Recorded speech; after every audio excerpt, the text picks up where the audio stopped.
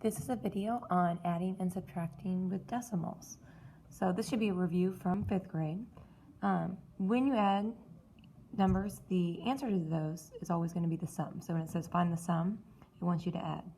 So to add decimal numbers, you just need to make sure to line up their place values.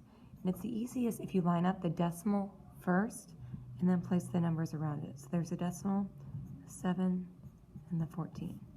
And then you add like normal.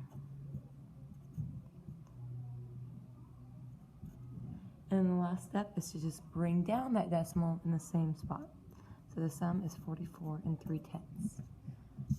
You do the same thing when you're subtracting, except we're finding the difference. That's the answer to a subtraction problem.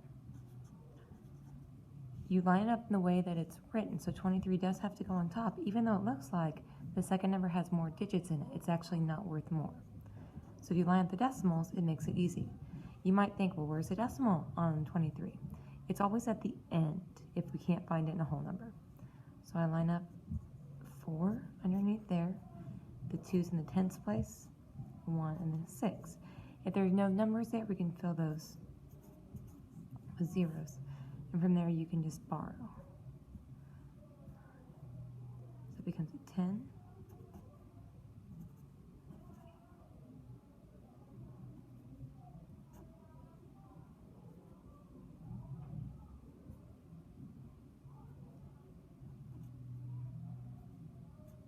And again, we bring down the 0.